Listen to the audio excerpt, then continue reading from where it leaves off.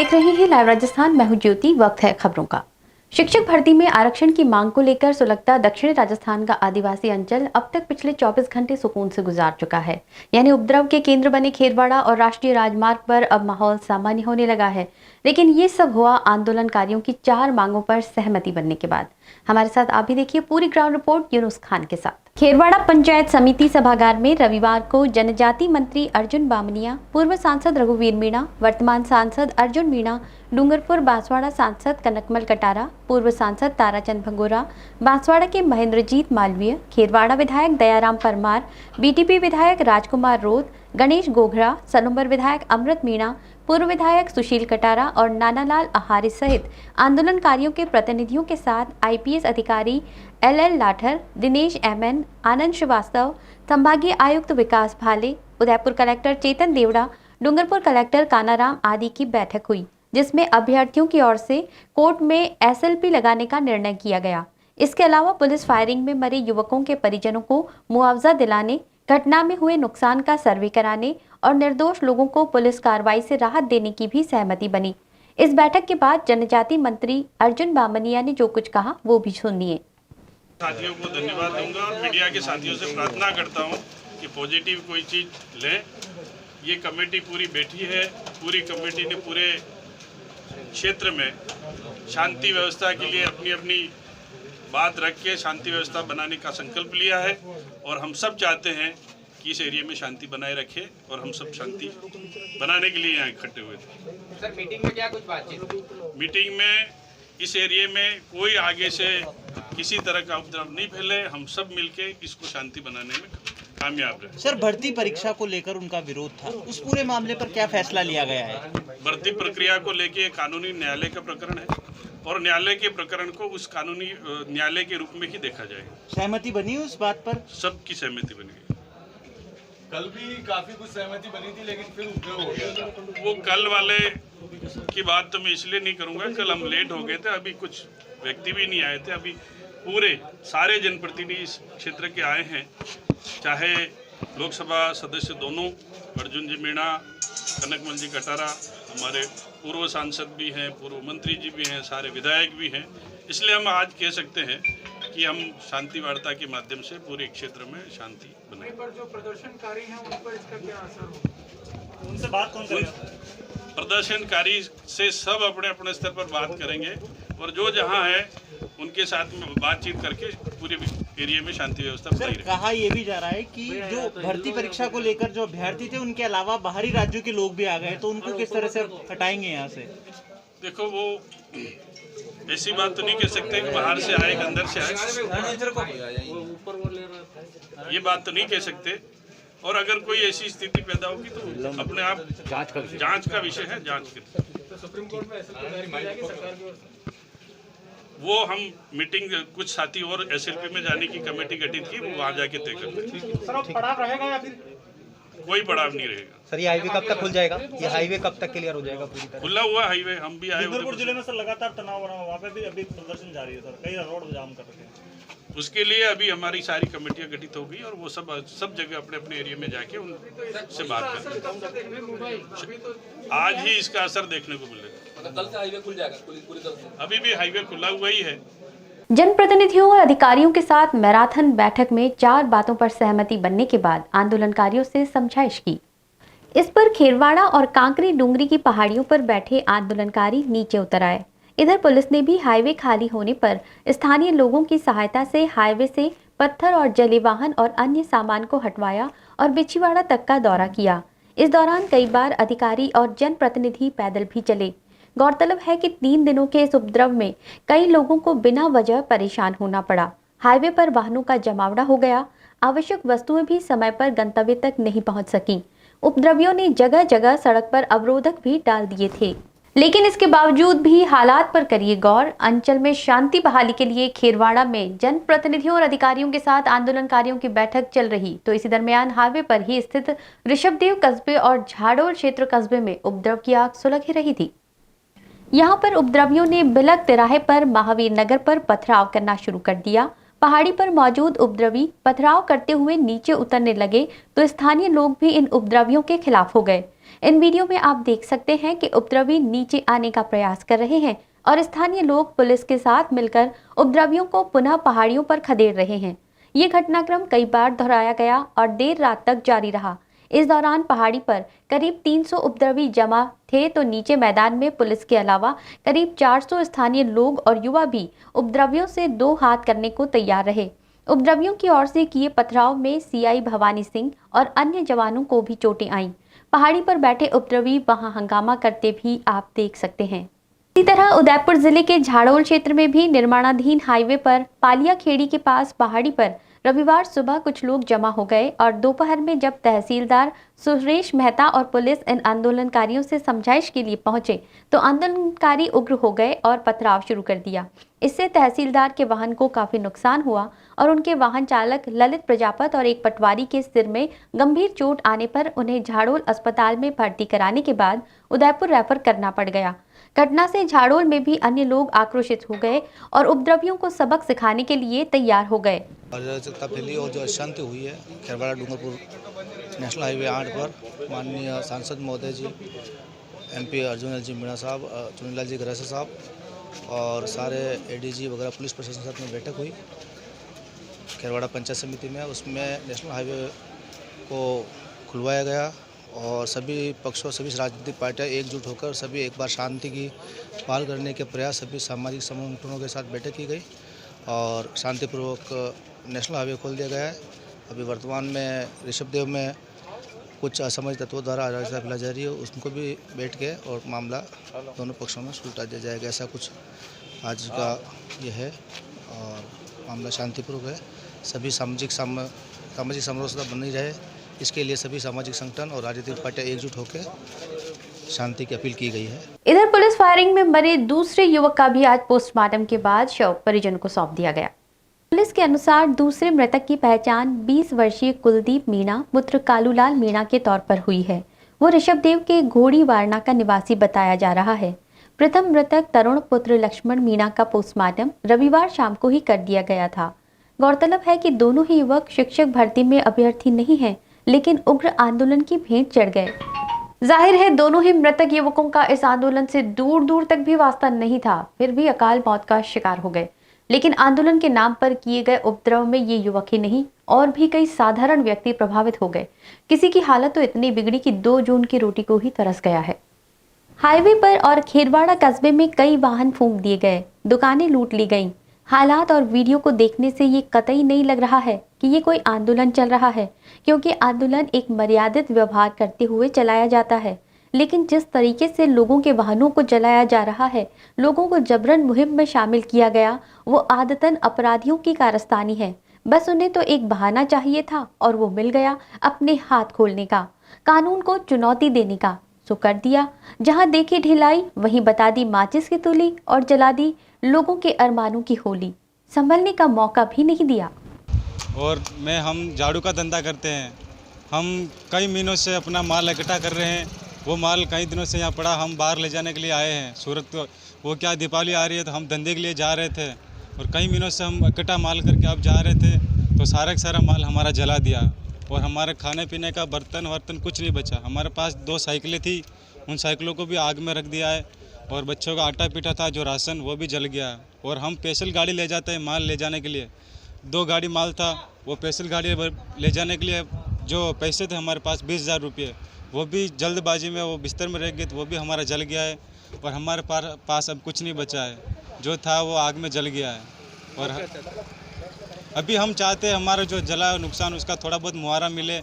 हम इतना ही चाहता है सरकार से कि थोड़ा बहुत जो जला उनका थोड़ा बहुत ही हमको मिले, तो हमारा वो मेहनत है वो तो उसमें कुछ ना कुछ फायदा हो। अभी आप इसे आंदोलन माने तो ये गलत है, क्योंकि वहाँ के लोग खुद कह रहे हैं कि आरक्षण की मांग तो सही है, लेकिन कुछ मौका परस्त और अन्य लोग आदतन उपद्रवियों को इसके लिए उकसाया। खेरवाड़ा के पूर्व विधायक नानालाल आहारी ने जो कुछ हमारे संवाददाता यूनुस खान को बताया वो भी सुन लीजिए। जैसा कि भाई साहब ने सारी बातें बता दी, अब ये कुछ लोग हैं ना, इनमें कोई जिम्मेदार लोग हैं, 15, 17, 18 साल के बच्चे हैं। हमने यहाँ से कई बार अनाउंस किया पुलिस की गाड़ी से कि भाई आपको किसी प्रकार की समस्या है, हमारे 5 जनप्रतिनिधि आते हैं आपसे बात। मगर उनमें कोई मोदबीर व्यक्ति नहीं है। इनमें कुछ लोग जो आज ये पैदा हुए हैं नेता, वो इनको आगे धकेल के पीछे है। इनकी क्या मांग है इन लोगों की? इनकी कोई मांग नहीं है। मांग जो थी आज सारे पूरे एमएलए एमपी मंत्री वाले सारे बैठ के फाइनल कर दी, कोई मांग तो है ही नहीं। फिर इनको कौन भड़का ये है? सर इनको भड़काने के लिए कोई दल इनके पीछे लगा हुआ है और इसके आगे पीछे कुछ हमारे कर्मचारी अधिकारी भी लगे हुए हैं ट्राइबल के, वो अभी सामने नहीं आए हैं। तो बिन मांग की मांग कर रहे हैं सर, ऐसी कोई मांग है ही नहीं सर, किसी प्रकार की कोई मांग है नहीं। मांग जो थी शिक्षकों की, उसके बारे में एसएलपी दायर करने के लिए कमेटी बना दी, सारी बात हो गई। मृतक जो मर गया उसके बारे में बात हो गई, बॉडी भी उनको सुपुर्द कर दी, सारी चीज़ें हो गई। अब ये जानबूझ के कुछ लोग आदतन अपराधी हैं जो हाईवे लूटने वाले हैं, ये लोग इधर आए हुए हैं। यूनुस खान की इस विशेष रिपोर्ट के बाद अब रुख करते हैं उदयपुर संभाग की अन्य खबरों की ओर। उदयपुर नगर निगम का कालाजी गोराजी क्षेत्र अब रात में भी जगमगाएगा। यहां चौराहे पर हाई मास्क लाइट लगा दी गई है। रविवार को उप महापौर पारस सिंघवी ने उद्घाटन किया। शहरकोट अंदर की विद्युत समिति अध्यक्ष कुलदीप जोशी ने बताया कि उदयपुर शहर मध्य स्थित कालाजी गोराजी चौराहा पर्यटन की दृष्टि से महत्वपूर्ण चौराहा है। देशी और विदेशी पर्यटकों का हर समय यहां पर मजमा लगा रहता है। शहर के मध्य स्थित होने के कारण इस चौराहे से शहरवासियों का भी आना जाना लगा रहता है। सभी को समुचित प्रकाश व्यवस्था उपलब्ध हो, इसी को लेकर नगर निगम विद्युत समिति द्वारा यहां पर हाई मास्क लाइट लगवाई गई है। समिति अध्यक्ष ने बताया कि हाई मास्क लाइट पर लगभग 2.5 लाख रुपए का खर्च आया है। शहर के और भी प्रमुख चौराहे चिन्हित कर वहां पर भी हाई मास्क लाइटें लगवाने के प्रयास जारी हैं। विकास के कार्य के अंदर आज विद्युत विभाग द्वारा दोनों ही हमारे अध्यक्ष आदरणीय हेमंत जी, आदरणीय गोपाल जी और यहाँ के स्थानीय नागरिकों द्वारा एक बहुत समय से यहाँ पर इस चौराहे के ऊपर अंधेरा रहता था और यहाँ पर जो टूरिस्ट आगे महल में जाता था उसको बहुत दिक्कत का सामना करना पड़ता था। यहाँ पर करीबन 2.5 लाख रुपए की लागत से हाई मास्क नगर निगम ने यहाँ पर लगी है, जिसका विधिवत उद्घाटन यहाँ पर अभी किया गया है। इससे जनता को बहुत ही आवागमन की दृष्टि से जो रात को अंधेरा रहता था उसमें अंधेरा नहीं रहेगा और उससे अच्छा महसूस होगा। स्मार्ट सिटी का कार्य चल रहा है 17 वार्डों के अंदर और 17 वार्डों के निमित्त अभी जैसा मैं आपको निमित्त बताना चाहता हूँ कि रात को इस बारिश की वजह से विद्युत विभाग में और विशेष रूप से हमारे विद्युत समिति के में बहुत सारी दिक्कतें वार्ड के अंदर आ रही है, लेकिन हमारे दोनों ही अध्यक्ष प्लस पूरे समिति के द्वारा अधिकारियों द्वारा इसका मौका निरीक्षण नियमित रूप से करते हुए चिंता करते हैं और उसका परिणाम ये हुआ है कि अभी वर्तमान के अंदर विद्युत की दृष्टि से बहुत कुछ समस्याओं का समाधान हमने किया है। ये बात सत्य है कि वार्ड पार्षदों की दृष्टि से सभी लोग कहते हैं कि भाई कि लाइट जो बंद रहती है, क्योंकि यह ठेका जयपुर की कंपनी को दिया हुआ है, इसमें सीधा हस्तक्षेप नगर निगम का नहीं रहता है। फिर भी हमारे दोनों ही अध्यक्ष, दोनों ही समिति के अध्यक्ष गोपाल जी और हेमंत जी पूरी मॉनिटरिंग करके रात को 11 बजे तक सारा राउंड कर जो पॉइंट बंद रहते हैं उनको नोट कर उसको दूसरे दिन हमारे अधिकारियों को निर्देशित करते हैं और उसका परिणाम ये है कि आज उदयपुर शहर के अंदर मैं ये कह सकता हूँ कि 70 से 80% लाइटों तो जो पहले अधिकतर शिकायत आती थी उसका अभाव हो गया है, बंद हो गई है शिकायत आना। अब ये बात सत्य है कि 10-20% और भी शिकायत रही है और उसको भी हमने टाइट किया है और उसी का परिणाम है कि आज उदयपुर शहर के अंदर इतनी बरसात होने के पश्चात सारे ही वायर जो हिल जाते हैं बरसात की वजह से और सारा क्षतिगत हो जाते हैं, उसको भी पूरा किया गया है। और मुझे विश्वास है कि आगे आने वाले 1 महीने के अंदर अब विद्युत की दृष्टि से कोई शिकायत नहीं रहेगी, ऐसा प्रयास किया जा रहा है। धन्यवाद। कोटा में पढ़ाई कर रहे एक युवक ने फतेहसागर झील में कूदकर आत्महत्या कर ली। युवक 5 दिन पूर्व अपने घर से निकला था। बिहार के बुलंदशहर निवासी मयंक का परिवार उसके साथ कोटा में रहता है। पिछले कुछ समय से मयंक डिप्रेशन में था, जिसका कारण उसने अपने परिवार को नहीं बताया। वो 23 सितंबर को घर से निकल गया। इसके बाद परिवार के सदस्यों ने उसे ढूंढने का प्रयास किया, लेकिन वो नहीं मिला। रविवार को उसने उदयपुर की फतेहसागर झील में छलांग लगा दी। उदयपुर के निकटवर्ती कविता गांव का एक परिवार अपने बेटे की मौत के बावजूद पुलिस प्रताड़ना झेलने को मजबूर है। परिवार ने एसपी को अपनी पीड़ा बयां की। परिवारजनों का आरोप है कि उसके बेटे को मारने वाला अपराधी अभी भी खुला घूम रहा है और ओगड़ा थाना पुलिस कार्रवाई करने की बजाय उन्हें थाने में उपस्थित होने के नोटिस भेज रही है।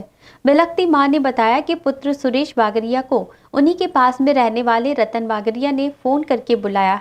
उसके बाद उसे एक नदी में ले गया और सर पर कुल्हाड़ी से वार करके मार दिया। उगना थाना पुलिस को सूचना मिलने के बाद उन्हें बुलाया गया। एसपी को बताया कि उन्होंने हत्या करने के बयान दिए हैं, लेकिन थाने की पुलिस उन्हें ही परेशान कर रही है। कविता रहती है। मेरा बच्चा उसके नाना जी के यहाँ मिलने जा रहा था। उसने फ़ोन करके, रतन नाम का लड़का, वो फ़ोन करके बुला के मेरे बच्चे को बहुत शराब पिला के गाड़ी में बैठा के ओगना ले जा के मर्डर कर दिया। बिल्कुल इसके औरत पे राड़ झगड़ा हुआ था, पहले से राड़ झगड़ा चल रहा था। और रक्षाबंधन पे किया था, तेरे को मैं बिल्कुल ख़त्म कर दूंगा, मैं तेरी औरत को रखना चाहते हूँ। ये पूजा उसको मना कर दिया। मैं क्यों, ये पूजा को पहले भी इसके रेप किया था, इसलिए मेरी ये लाड़ी मना कर दिया। मेरे आदमी को ऐसा धमकी मत दो। तो ही वो ज़बरदस्ती, इसके आज 4 साल हो गया शादी कराने के, तो उसके ज़बरदस्ती इन्हें उसके घर पे रखने के लिए मेरा लड़का का मर्डर कर दिया साहब। ये बात है। मेरा बच्चा थाने में रिपोर्ट लिखाई, थाने में रिपोर्ट लगाई। वो 20 दिन हो गया है, तो वो थाने वाला नस्बत खा के उसको कोई गिरफ्तार नहीं कर रहा है। वो घर पे घूम रहा है, धमकी दे रहा है, मेरे पास में बहुत पैसा है, मैं छूट के आ जाऊंगा, तो मेरा भी ऐसा मर्डर कर दूंगा मैं, ऐसा बोल रहा है। छोटे छोटे बच्चा है, खाने पीने का कुछ नहीं है, कमाई करने खिलावा वाला को मार दिया है। अभी मेरे कोई बच्चा साथ देने वाला नहीं है साहब। ये बात है। नाम बताओ फिर बताओ। मोहनलाल कविता रहने वाले। वो मेरे लड़का को, वो मेरे ससुराल जाता था, मेरे ससुराल इसको बुला के, रतन लाल भागिया, वो बुला के और इसको शराब पिला के और इसको ले गया मोटरसाइकिल ऊपर। वो ओगना के नंदी में गाल दिया है साहब, कराड़ी से और बहुत कराड़िया सर ऊपर कराड़िया भाई सार बेटे अंदर गाल दिया। 2 दिन से पुलिस वाले के पास गए थे।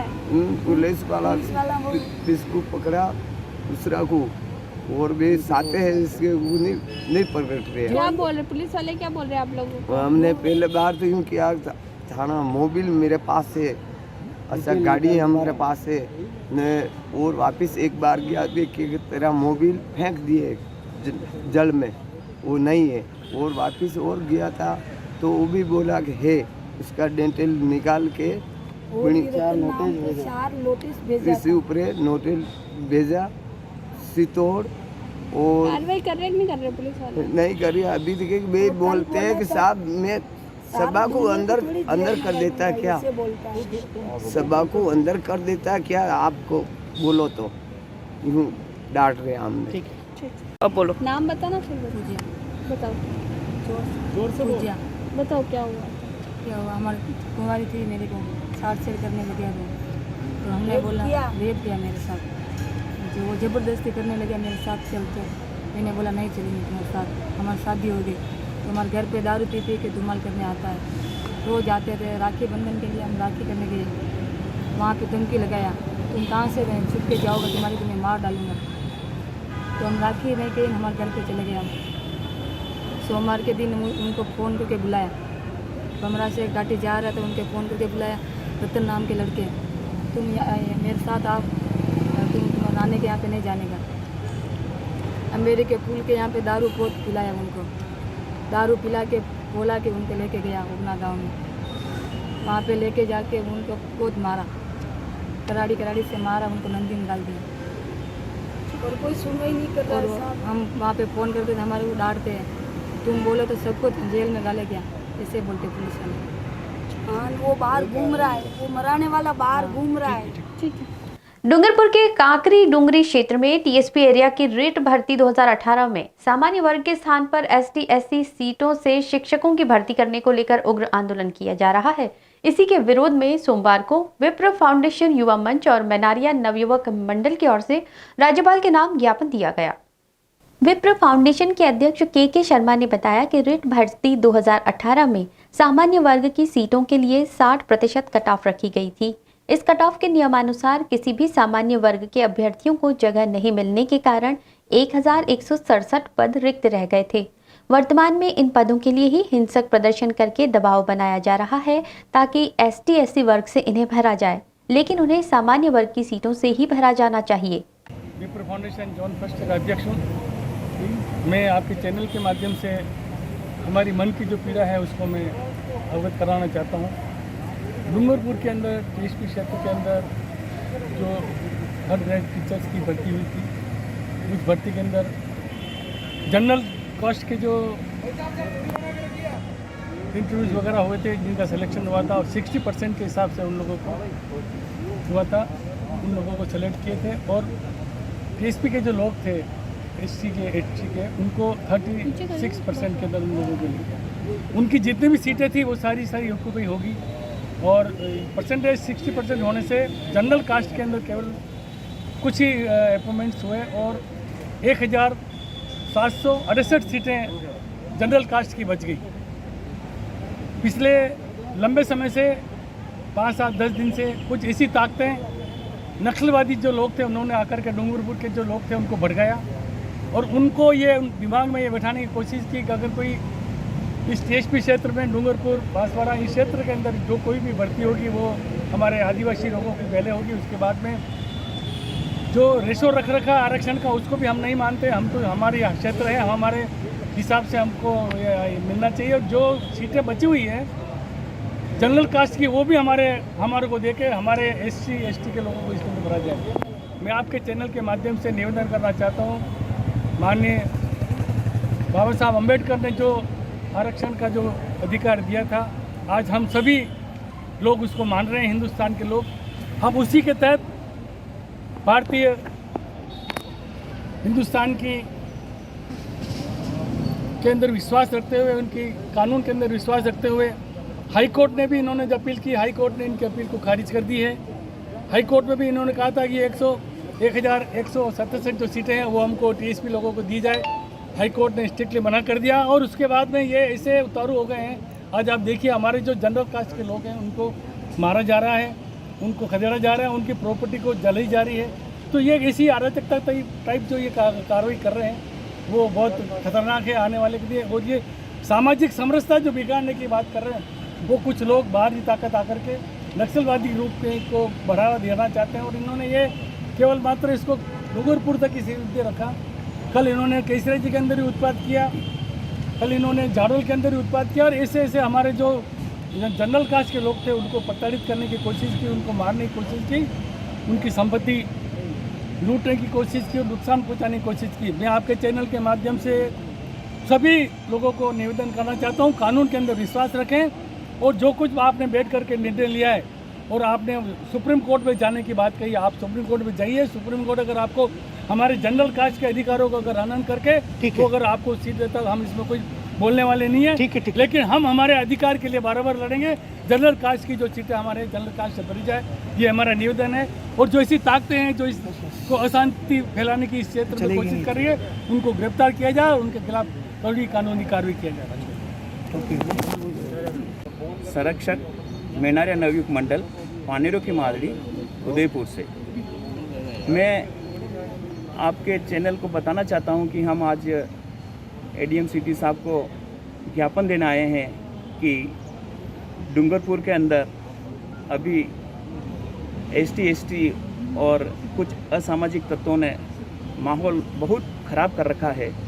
उसमें हम ये कहना चाहते हैं कि 2018 के अंदर TSP में जो भर्तियाँ हुई थी उसके अंदर हमारे सामान्य वर्ग को इन्होंने 60% पे कट ऑफ कर दिया था। हम ये चाहते हैं कि हमारे सामान्य वर्ग को 60% पे जो आपने कट ऑफ किया है उसको हमें भी जो नीचे किया है ST SC उसमें कुछ परसेंट हमारा भी नीचे कर दे, ताकि हमारे वहाँ के स्थानीय जो बच्चे हैं जो 60% से कम मार्क्स लाए हैं उनको भी रोज़गार मिल सके। आज के समय में हम सामान्य वर्ग काफ़ी पीड़ित हैं, हमें हर जगह दबाया जा रहा है, हमारे को नौकरी नहीं दी जा रही है, हमारे को एजुकेशन के अंदर एडमिशन भी बड़ा हायर परसेंट पे दिया जाता है। हर जगह से हम प्रताड़ित हो रहे हैं और हमारे बोलने वाला कोई नहीं है। तो हम मुख्यमंत्री साहब को, राज्यपाल साहब को आपके चैनल के माध्यम से निवेदन करते हैं कि हमारे साथ जो अन्याय हो रहा है उसे बंद करें, और वहाँ जो ये मांग कर रहे हैं कि हमारे सामान्य वर्ग की सीटों के ऊपर आप हमारे ST SC वर्ग के छात्रों को लीजिए। तो हम ये कह रहे हैं कि जब हमारी सीटें हैं तो उनको जो कम परसेंटेज में आप एडमिशन दे रहे हो, तो हमारे बच्चों को पहले हमारी सीटों में कम परसेंटेज में बच्चों को एडमिशन दो ना, उस जगह आप भर्ती करो ना, उस जगह हमारे बच्चों को भर्ती करो ना आप। उनके भर्ती से पहले तो हमारा हक बनता है, क्योंकि सामान्य की सीटें वो, कोर्ट ने ये डिसीजन दिया है कि ये सीटें सामान्य वर्ग की है, इस पर दूसरों को भर्ती नहीं किया जा सकता। उसके बावजूद वो उपद्रव मना रहे हैं, वहाँ पे दहशत फैला दी है, पूरे हिंदुस्तान के अंदर एक माहौल ख़राब कर दिया डूंगरपुर का। हम सब मिल के रहते थे, आज कुछ असामाजिक तत्व भी बाहर से भी आए, ऐसा सुनने में आया है, वो भी माहौल को ख़राब कर रहे हैं। तो इस प्रकार से न करके, और सरकार के ऊपर वो जो दबाव बनाना चाह रहे हैं उस दबाव को बंद करें और हमारे सामान्य वर्ग को वहाँ पे भर्ती दें। भारतीय कम्युनिस्ट पार्टी ने विभिन्न मांगों को लेकर आज संभागीय आयुक्त को ज्ञापन दिया। ज्ञापन में मांग की है कि कोविड-19 के तहत हुए लॉकडाउन के कारण निम्न वर्ग का जीवन सबसे अधिक प्रभावित हुआ है, लेकिन इन दिनों राज्य सरकार ने खाद्य सुरक्षा में नए लोगों का रजिस्ट्रेशन करने पर रोक लगा रखी है, जिसे सरकार को तुरंत प्रभाव से हटाना चाहिए। स्वयं सहायता समूह और माइक्रो फाइनेंस से छोटे कर्जों में राहत देते हुए 1 लाख तक के कर्ज माफ किए जाने चाहिए। लॉकडाउन के दौरान काम धंधे ठप होने की वजह से लोगों की आमदनी नहीं हो पा रही है और इस दौरान बिजली के बिल भी झटके दे रहे हैं। आज भगत सिंह की 113वीं जयंती के उपलक्ष्य पे हमारा कार्यक्रम पहले से तय था, लेकिन शहर में क्योंकि 144 लगा हुआ है, इसलिए हमें इस कार्यक्रम को स्थगित करना पड़ा। संभागीय आयुक्त कार्यालय पे जाके भाकपा माले, एक्टू, एपवा और किसान महासभा का प्रतिनिधिमंडल ज्ञापन दे के आया है। पिछले कुछ समय से हम लोग जिन मुद्दों पर संघर्ष कर रहे हैं उन मांगों को हमने दोहराया है। इसमें सबसे महत्वपूर्ण मांग है कि राशन में इस समय खाद्य सुरक्षा में जो रजिस्ट्रेशन है उस पर राज्य सरकार की तरफ से रोक लगी हुई है। हमने मांग की है कि उसको खोला जाए। दूसरा, जैसा हम जानते हैं कि बिजली की दरों का हाल में बढ़ाया गया, लॉकडाउन के दौरान के बिजली बिल माफ़ हों और जो बढ़ी हुई दरें हैं इस पर उपभोक्ता पर जब काम धंधे ठप है उन पर असर पड़ रहा है, वे बढ़ी हुई दरों को वापस लिया जाए और बिजली के बिलों में जो त्रुटियाँ पाई गई है उनकी जाँच कराई जाए। तीसरा, हम किसान आंदोलन की जो मांग है उसका समर्थन करते हैं और कि हाल में जो हमने देखा कि 3 कृषि विधेयक लाए गए जो देश की खेती किसानी को अडानी अंबानी के हाथों देने का काम कर रहे हैं, उनको वापस लिया जाए। कुछ ही दिन पहले हमने देखा कि 4 श्रम कोडों को पार्लियामेंट में जब विपक्ष बॉयकॉट कर रहा था तब पास कराया गया। मजदूरों के अधिकार पर हमला करने वाले जो केंद्र सरकार की ये नीति है इसको वापस लिया जाए। और आखिर में भगत सिंह जो एक तरह से देश के पूरे आज़ादी के आंदोलन के प्रतीक थे, उनकी जो एक विरासत है कि उन्होंने उस युवा उम्र में लिखा सांप्रदायिक दंगे और उनका इलाज, आज भी देश में बांटो और राज करो की नीति चल रही है। इसके बाद हम कार्यकर्ता लोग भगत सिंह की मूर्ति सेवाश्रम पर जाएंगे, उनको पुष्पांजलि देते हुए संकल्प लेंगे कि सांप्रदायिक राजनीति पर रोक लगे और जन अधिकारों पर जो सवाल है, असली सवाल है जनता के, उस पर आंदोलन को हम तेज करें। शहर की बैकुंठ धाम सेवा संस्था की ओर से प्रतापनगर थाना क्षेत्र में मिले अज्ञात शव का अंतिम संस्कार किया गया। मृतक प्रतापनगर थाना के सिंधी कॉलोनी निवासी कालू उर्फ हीरा था। मजदूरी करता था और कुछ समय से बीमार चल रहा था। प्रतापनगर थाना पुलिस को सूचना मिली थी कि कालू चौराहे पर मृत पड़ा है। इसके बाद शव मोर्चरी में रखवाकर बैकुंठ धाम संस्था को सूचित किया, जिसने उसका विधि विधान से अंतिम संस्कार किया। कुराबड़ क्षेत्र के शिशवी गांव में अजगर निकलने से वहां दहशत फैल गई। बाद में जंतु का रेस्क्यू किया गया।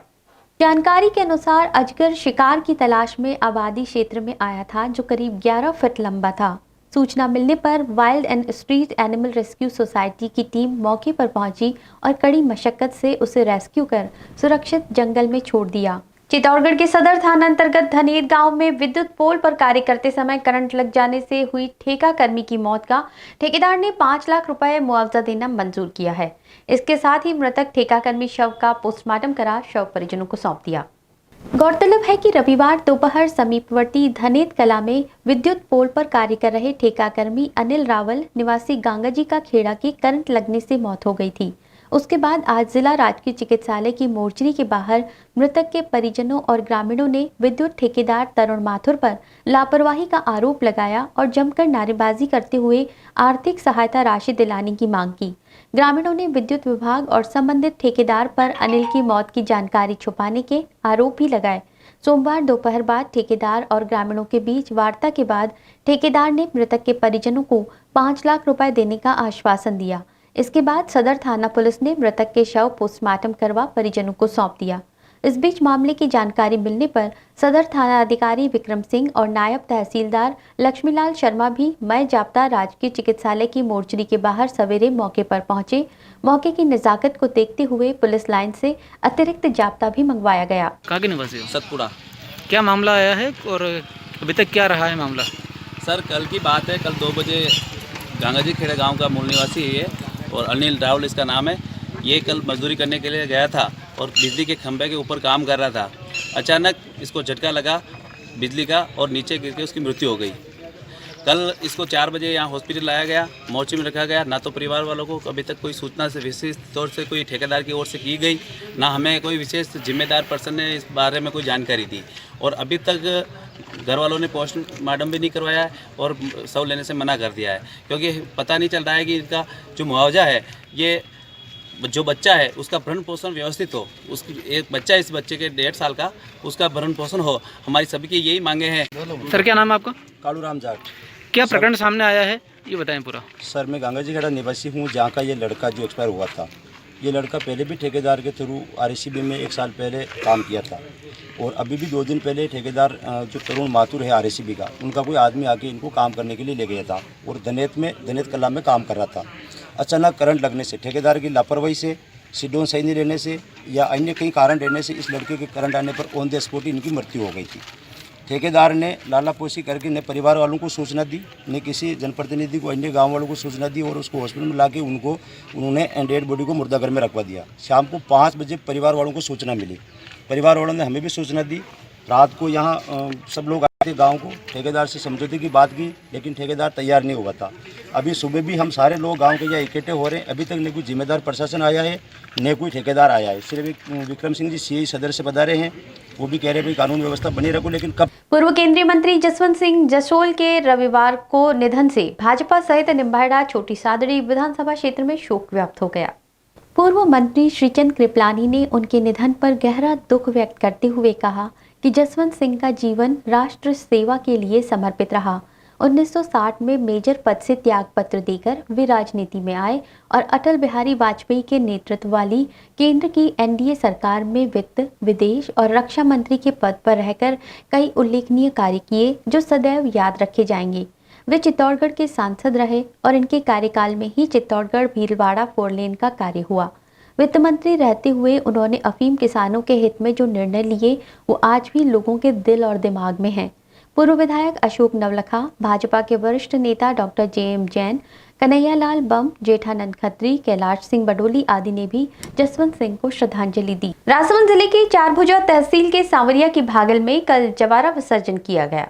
इससे पूर्व 10 दिनों तक चामुंडा माता, संध्या माता, आशापुरा माता मंदिरों में रोज सुबह और शाम आरतियां की जाती रहीं।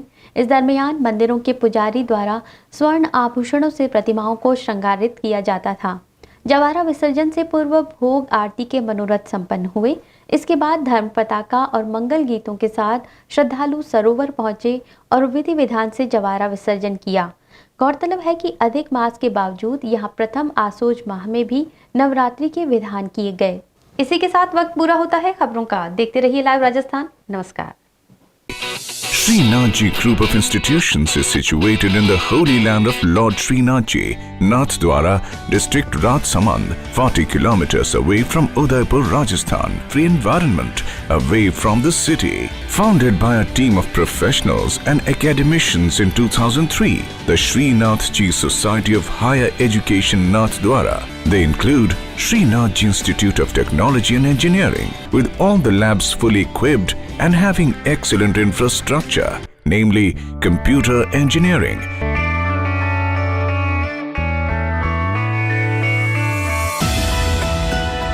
electrical engineering,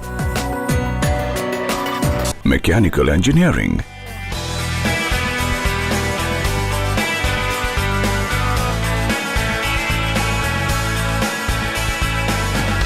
SITE equips the students of the region with required qualifications and the skills in the specific field of engineering. Overall development of students based on ethical values. This group also offers a range of approved professional degree courses. SITE is approved by AICTE and is affiliated to Rajasthan Technical University, Kota.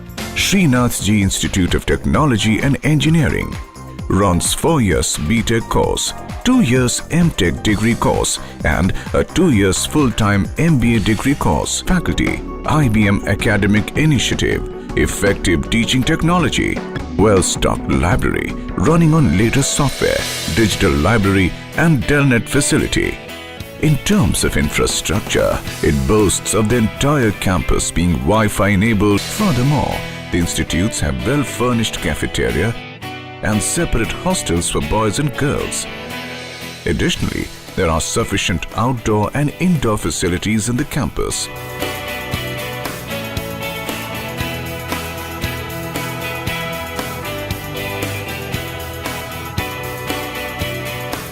Feature of the Department of Applied Science and Humanities is the Language Lab. SITE's training and placement cell provides 100% assistance, thus making it a truly premier institute in the North India.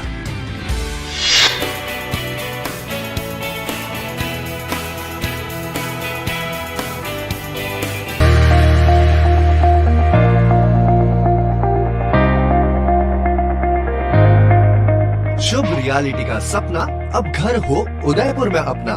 शुभ शांति विहार लेकर आए हैं उदयपुर में सभी सुविधाओं से सुसज्ज जन आवास योजना के तहत और UIT एंड रेरा अप्रूव्ड नियमों से बना हुआ आशियाने का सपना अब होगा पूरा। 1 BHK फ्लैट मात्र 9,11,000 में और 2 BHK फ्लैट मात्र 13,91,000 में।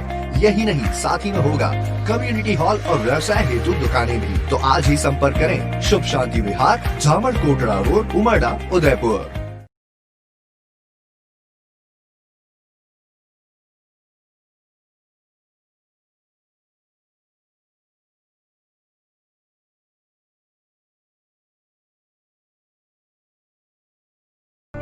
अगर इंजीनियरिंग है आपका लक्ष्य और आप एक अच्छे कॉलेज की तलाश में हैं, तो SS कॉलेज ऑफ इंजीनियरिंग है बेहतरीन विकल्प, जहां है world class infrastructure, fully equipped laboratory, IIT, NIIT व MTech, PhD होल्डर फैकल्टी और डिजिटल लाइब्रेरी, बेहतरीन पढ़ाई के साथ साथ personality development programme, industry oriented technical training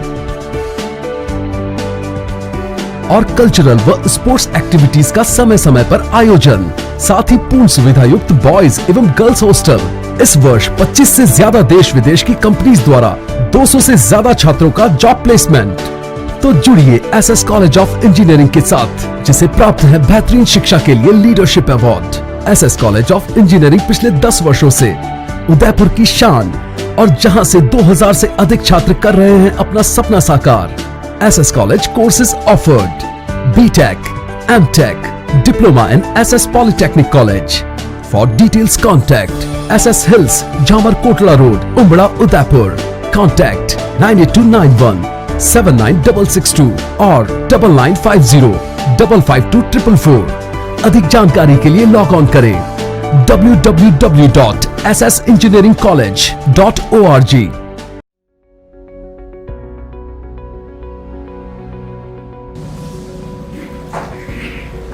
sir बताइए कैसा लगा आपको?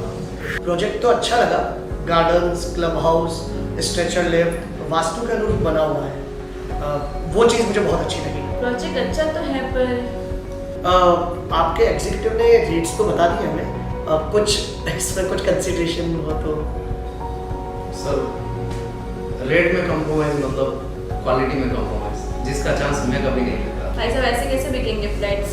मैडम ये राजस्थान का नंबर 1 हाउसिंग प्रोजेक्ट हमने ऐसे ही नहीं लिख दिया है, इसके लिए हमने बहुत सारी मेहनत की है। फिर ठीक है सर, बताता हूँ मैं आपको।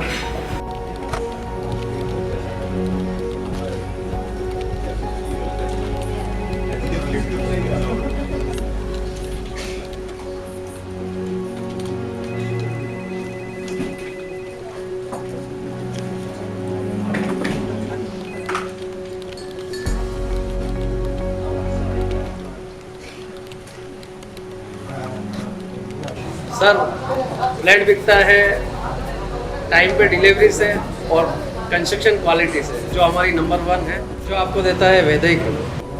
तो आज ही विजिट करें Vaidehi premium housing project, new Navratna complex near Buana bypass, Udaipur, Rajasthan. You can call on 9983305577 और 9983305588।